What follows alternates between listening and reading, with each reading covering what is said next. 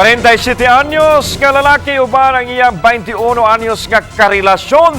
Gidakop og gitanggong karon sa prisuhan. Ang asawa sa lalaki mireklamo maong mihimo og operasyon. Ang kapulisan, ang detalye sa report ni Nico Sereno. Sa Police Station 5 sa Mandaue City, gitanggong ang 47 anyos nga lalaki nga taga-barangay Look. Una niini, ang iyang asawa misumbong sa kapulisan kabahin sa relasyon sa iyang bana ug sa laing babay. Mao nga mihimog operasyon ang mga pulis ug didto nasakpan ang suspect didto sa laing panimay. Lakip sa gidakop ang 21 anyos nga babay kansang identity amo usab nga itago. Yung sa iyahang asawa nga kaning kuan is naalam nito nagkuan. Dito na mo uli daw. Nag-live-in sila sir. Live-in. Alright. Mo to kanina pagantubod na dito ang sila mo.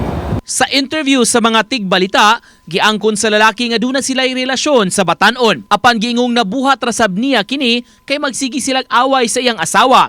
Mausab kuno kini ang rason nganong nadani siya adto sa lain. Dili lang ko ingon pero mintiman to sila.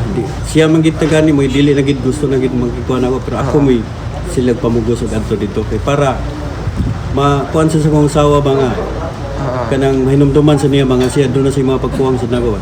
Pasabot sa suspect, andam pa man kuno siya nga makig-uli.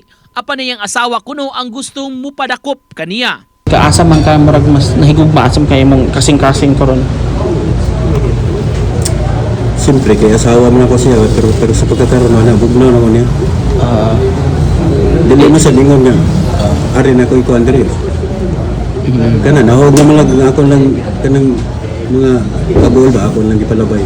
Kalapasan sa revised penal code sa concubinage ang ipasaka batok sa mga dinakpan.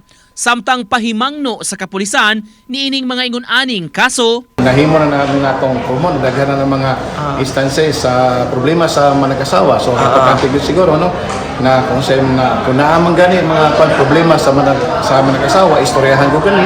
O labing importante magiyahan ta. Uban ni Rod Prado, Nico Sereno, Balitang Bisdak.